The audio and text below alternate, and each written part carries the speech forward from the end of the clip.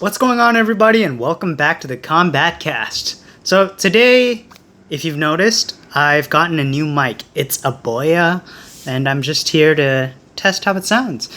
But I also want to talk about how I got started, talking about all things combat sports. So my passion for just every combat sport, whether it's mixed martial arts, kickboxing, Muay Thai, bare-knuckle boxing, it can be traced back to the 6th grade when I was about 11 years old. At the time, among my friends, pro wrestling, especially the WWE, was pretty popular at the time.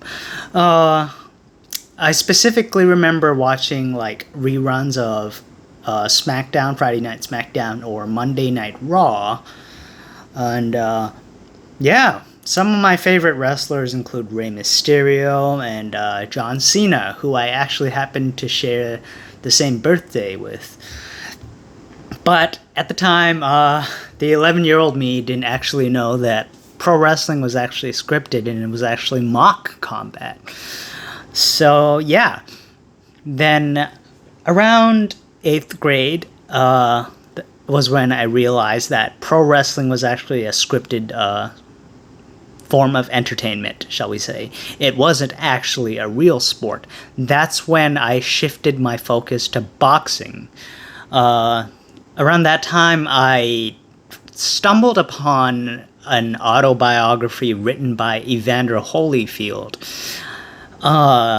in a section of a bookstore. And but along with that autobiography, I also found a bunch of other books related to boxing history, whether it was like a comprehensive history of all the heavyweight boxing champions up until I think it was 2008, and just a history of boxing in general, an encyclopedia containing all the famous boxers that you ought to know from the late 19th century until the present time. And that's where I started to grow a fascination for boxing. And then in 2009, I started going to school in the United States. That's when I went out overseas for the first time. And my passion for boxing continued. I do a lot of, research, if you will. I look up boxers on Wikipedia. I discovered this website called BoxRec, which would have an impression on me for the rest of my life. BoxRec is this website. It's a comprehensive website that compiles all the known registered boxers in the world, and it compiles their fight records. And most recently I've checked, BoxRec now filters professional records, amateur records, bare-knuckle boxing records, and even kickboxing records. So yeah. But then I inadvertently took a hiatus from boxing around 2011, 2012. I was fascinated by American football, as the world knows it as, because my school had a rather energetic, passionate football program. At Kent School, they were known as the Kent Lions. The football team was pretty strong. I actually dabbled in some football myself, although I played for the third team. We were called Thirds Football. We didn't win any games, but I did have a lot of fun. I got to put on some pads and helmets, and I got to hit people, using my body. And I was pretty small going out there in the field, standing at 5'5". I was a very, very small football player. But I still look back fondly on my days of playing football. I played for 2 seasons, from my sophomore year until my junior year of high school in the United States, from the age of 16 till 17. But then afterwards, I transferred to Hong Kong to finish high school. At the time, I was still pretty into American football.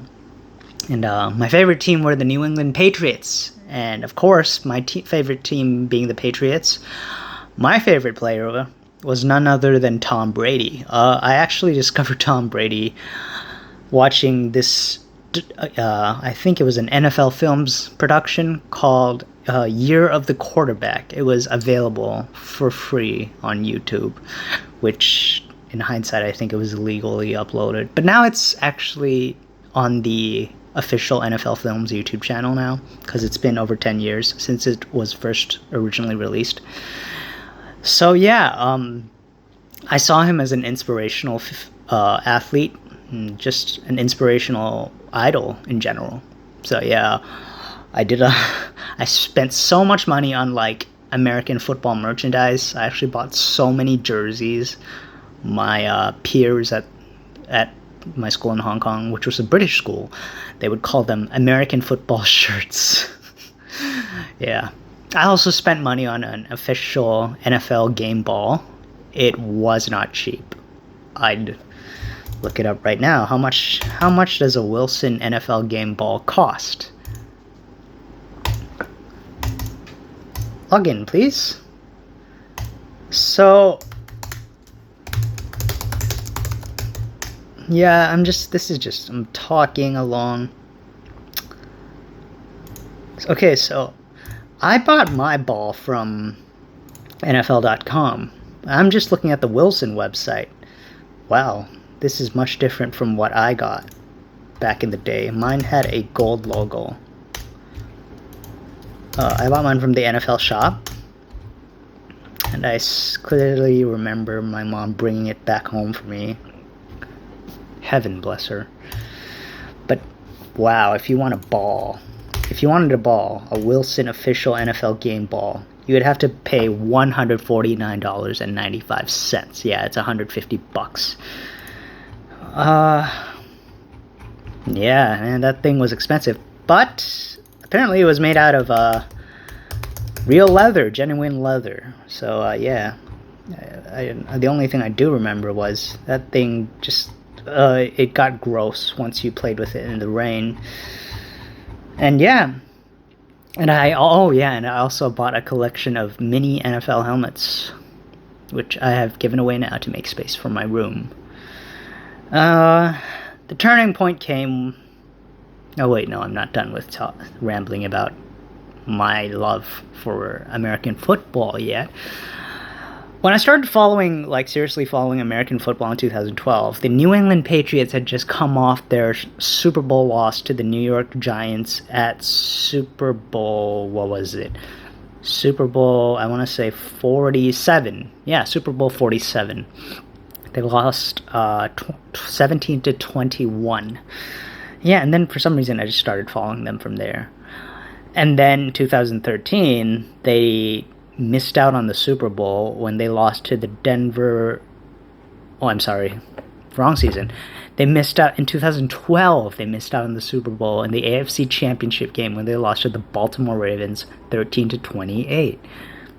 And then again, next year in 2013, they missed out again. They were beaten by the Denver Broncos in the AFC Championship game as well. Forget the score. I forgot the score. Yeah. But then 2014, my God, I remember it was the first Super Bowl I'd watched in 3 years, I think. It was the Patriots versus the Seahawks in Arizona. Super Bowl 49. Yeah, Super Bowl 49. It came down to a last-minute interception by Malcolm Butler of the Patriots to prevent the Seahawks from scoring. And the Patriots won the game 28-24. 2015, the Patriots missed out, lost to a very strong Denver Broncos defense in the AFC Championship game. But then in 2016, who did they beat? Who was it they beat?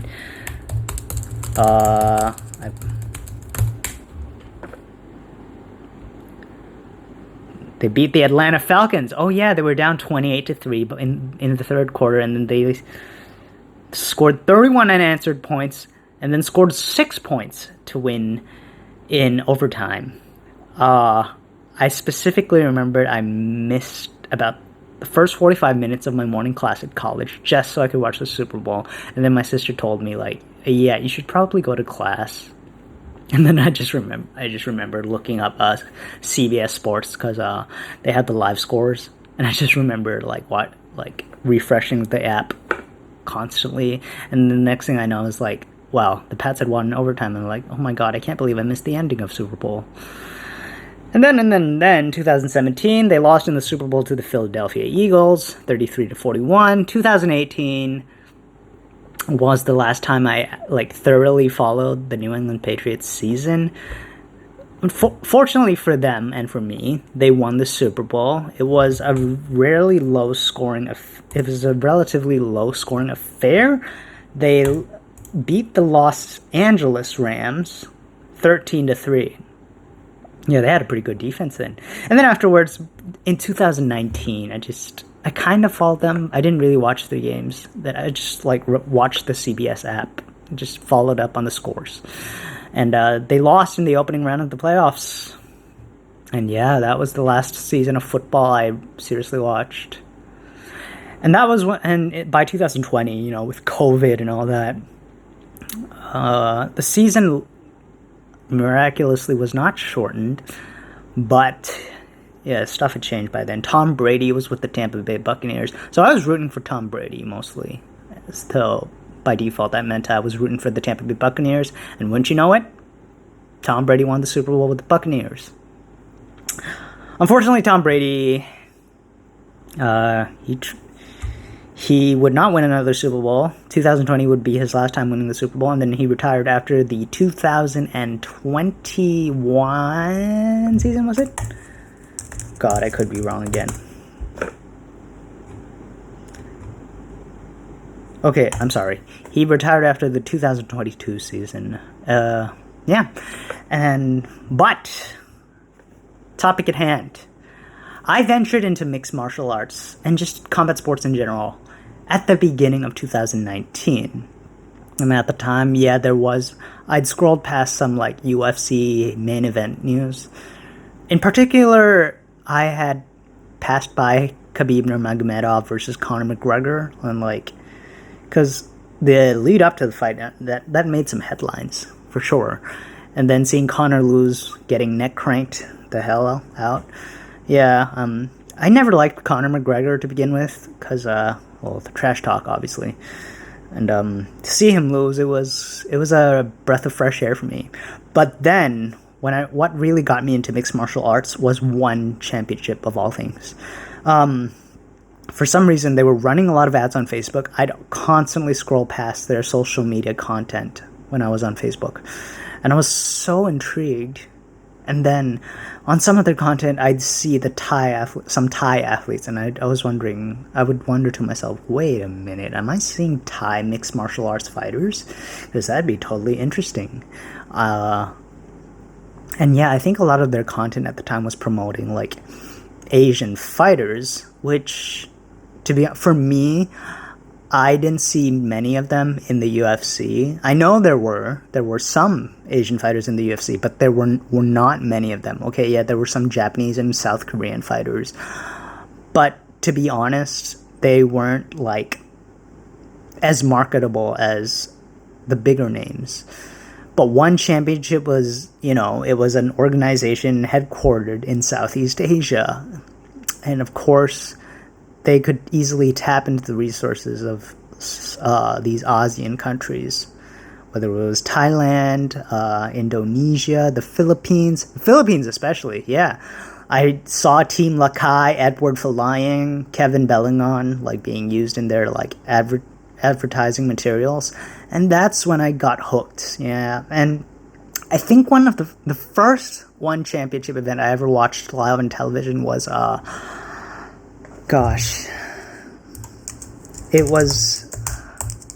think it was in February of 2019. I forget the name.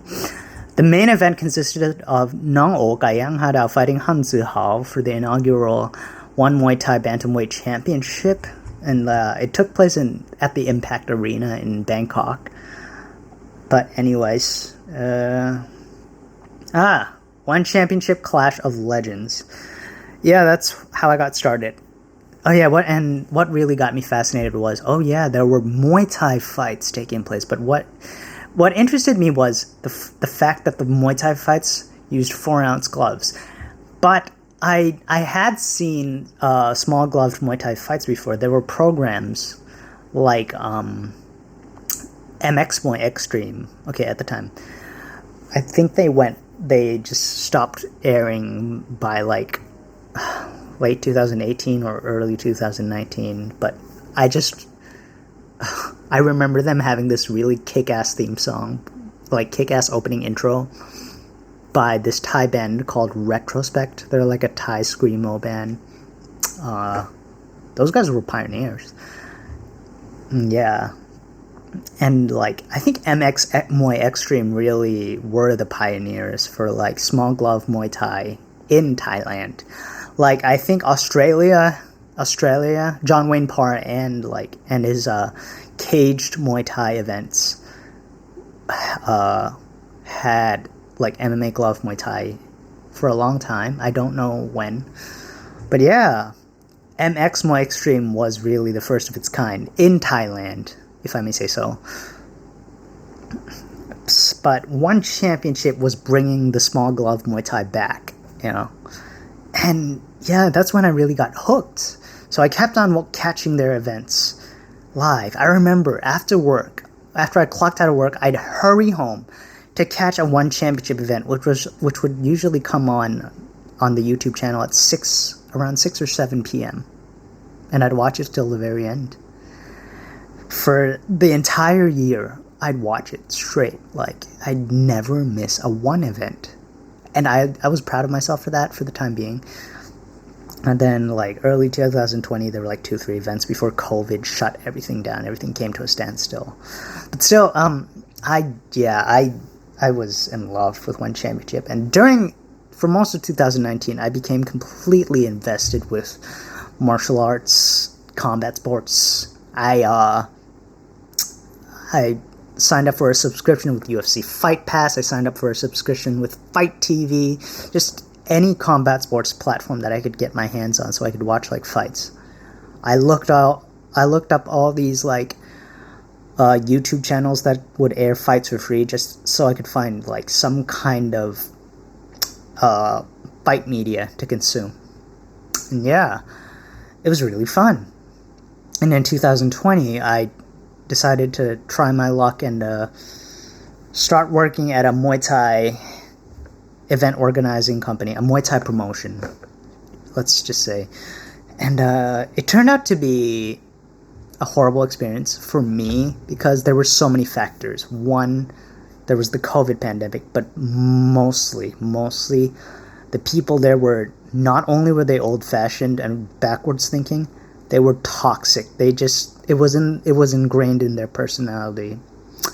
Like, one of them, he was the brother-in-law of the company owner, and he was a total piece of shit. Like, he's the type of guy, he's someone who, if I ever met him on the streets again, I'd probably go out of my way and like attack him. Like, no joke. I hate him to his guts. Like, I don't care. I know in Thailand in a lot of Asian countries, it's like, you have to respect your elders no matter what they say or what they do. But like, fuck that. Forget age. I will go out of my way to attack you. Physically. Yeah. That company, man. Jesus. So anyways, I left that company after 6 months and to work for the place where I'm working right now. It's been almost 3 years. But yeah, and now... But honestly though, this podcast thing, it's actually more of a passion project. And I've actually been meaning to do it as early as mid-2020. Actually, it was someone at work who was like, hey, you should try and do it. But like, at the time, I didn't really have the inspiration. Well, first things first, if this video ever gets out, I actually want to thank Jade Marissa Sirisampan for giving me the inspiration to try and start a podcast. But also, I'd want to thank Pitui Tipawan Buatong for encouraging me to actually start the podcast. Yeah, at first it was very, very rough around the edges. But here I am now, recording through a camera phone, of all places,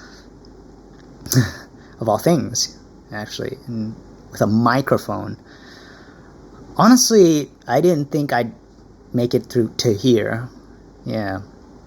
I mean, I still have a long way to go.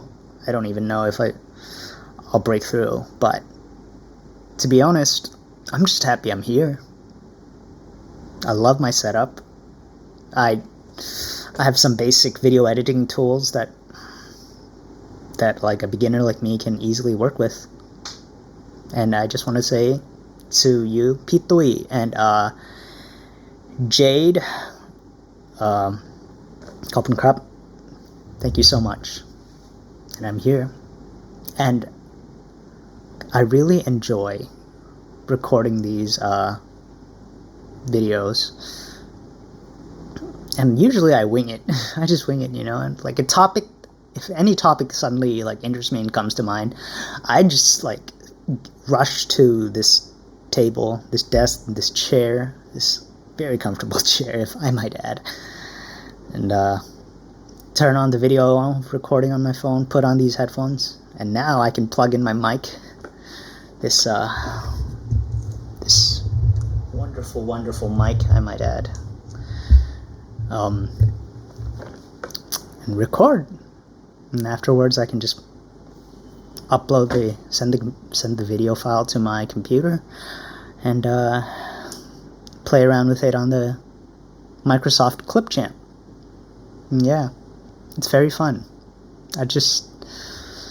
To whoever was watching this, I just want to let you know I enjoy doing this, and I hope I keep on enjoying this, because I've heard stories about burning out and like losing the fire, and God, I hope I never lose that fire, because combat sports is my greatest passion.